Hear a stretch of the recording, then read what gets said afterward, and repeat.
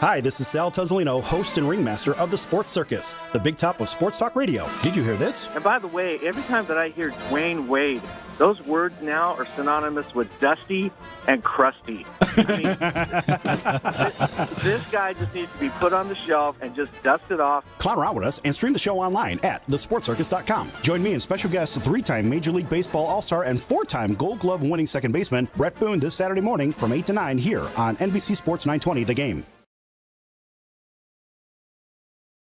Hello and welcome back to the Sports Circus. Obviously, we are on location this time, and let's face it, we have a big game that's coming up, but first a quick message. The Sports Circus now has moved from Fox Sports Radio to NBC Sports Radio in Las Vegas at 9:20 The Game. The show can be heard from 8 a.m. to 9 a.m., and tomorrow we have special guest Brett Boone, second baseman, three-time All-Star, Major League Baseball All-Star, four-time Gold Glove. We have he also has 2 Silver Slugger awards. He also led the American League in RBIs as well, and he's going to be on the show tomorrow about 8:15. So tune in to AM 920 The Game, NBC Sports Las Vegas, and obviously I'm going to have to make sure I get back there so I can get back to the show. So also this segment is sponsored by Seattle Dan's Pizza, Pasta, and Grinders, located at 8465 West Sahara at Durango in Las Vegas. And Seattle Dan's a great guy. Give him a call at 702-946-6262. Tell him the Sports Circus sent you, and you'll get 10% off your next order. So call him up for lunch, call him for dinner. Just don't call him late for dinner because he won't be able to make you dinner, right? So Dan's a great guy. Tell him Sal sent you, and he's a wonderful guy anyway. So when you walk in his place, it's kind of like walking into a time warp. He has the old picture tube TV. Okay. It's a black and white. It has a TV land on it, so you feel like you're in 1970. Nice. It's hilarious, right? And he's like the old dude. Hey man, I got some pizza for you. But he's great in conversation. He's a very personable guy. He does a lot of events here, back in the Las Vegas Valley. Is all kinds of cool stuff. And Dan's a great community guy. Go in and see him. Okay. I suggest you get the calzone. Okay. It's good stuff. Okay. All right. So we left off talking about the Super Bowl, of course. Why else would we talk about it? You know, it is the biggest game on earth, and it's being played on Saturday in this wonderful stadium right here. So hopefully you can get on a plane and you can head out to the game as well. And guess what? We'll be waving at you. So anyway, talking about the game, we left off with the Patriots offense. We left off with how many Super Bowls Tom Brady has, and everybody's just sick to death for the most part of hearing about Tom Brady. I got to tell you, I've had it about up to here myself. But the guy's that good. Yeah, you can't say he doesn't deserve it. He really is that good. So, you know, we've got to give him the props. And so, let's face it, from an injury standpoint, the only thing that's going to really stand in the way of New England is going to be the center, Alex Mack. You know, he's had an ankle injury. They're saying, you know, it's another injury. But I'll tell you what, it's the biggest game on earth. You know damn well he is playing, period. There's no doubt he's going to play. And on the other side of the ball, with Atlanta, you know, Julio Jones has had a turf toe for quite some time. You know, even in the championship game that was played just, recently, he had, almost 100 yards, receiving a whole bunch of passes. So let me tell you something. Just like when we saw Terrell Owens in the Super Bowl with Philadelphia some years ago, he played injured. I think he had a broken leg or broken foot. Broken something. My point is, these guys are going to play no matter what, because who knows if you'll ever get back to the Super Bowl again. Yeah, you know, it's sort of a big deal. Yep.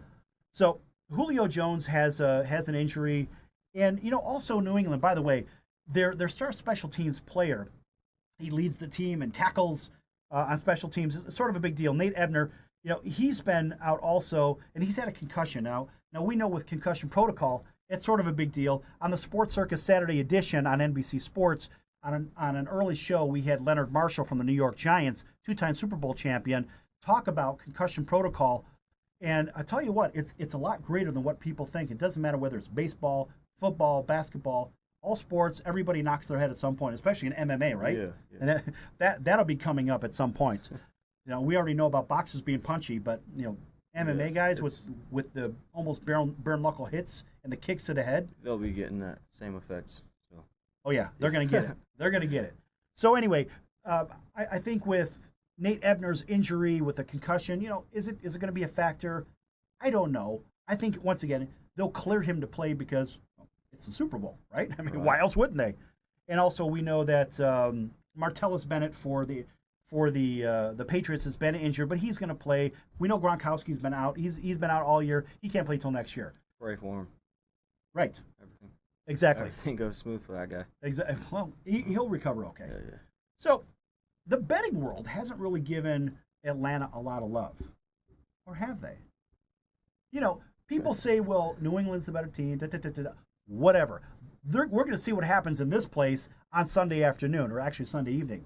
So, the betting world, back in Vegas, they have, this is kind of funny. I mean, I'm Sell the Bookmaker. You can see that in the little message right down below over here. It says Sell the Bookmaker for a reason. Over the year, I'm at 81% against the spread. That's completely ridiculous. That's ridiculous. It doesn't even calculate. Most good handicappers are at 68, 67%. Those are great numbers. You're winning basically 2 out of every 3 games. Oh, hell no. I'm at 4 out of every 5 against the line for the year. Wow. That's just stupid. It's ridiculous. And I hope you've been betting on it because if you have, guess what? Boom. You've made chips. And what we want to do is we want to talk about how you're going to make more chips because that's what we do here as Sal the Bookmaker. Tomorrow I am Ringmaster Sal on NBC Sports. So the current line on the game is 3. And Atlanta being a 3-point favorite, or a 3-point underdog, excuse me, a 3-point underdog, to me that it screams there's something wrong with this line. There's no question that Atlanta should be maybe at least a 7.5-point underdog. It's not because of, yes, they're a great team this year, but we think they could play with New England. The fact is, there are other factors that go into this game because New England has been there time and time over. And this is a seasoned bunch, right? The only thing that Atlanta really has over New England, in my opinion, besides having the MVP quarterback, which I don't think he's a better quarterback than Brady, is their offensive line. All 5 guys have been together. They all started all 16 games this year. No other team in the league has done that. Wow. But remember this. New England, for all you bettors out there, New England has only trailed all season for 10 minutes. That's it. They've been behind for 10 minutes of the entire season. That is lunacy. Now, if you're going to bet against a team like that, I'll book your bet.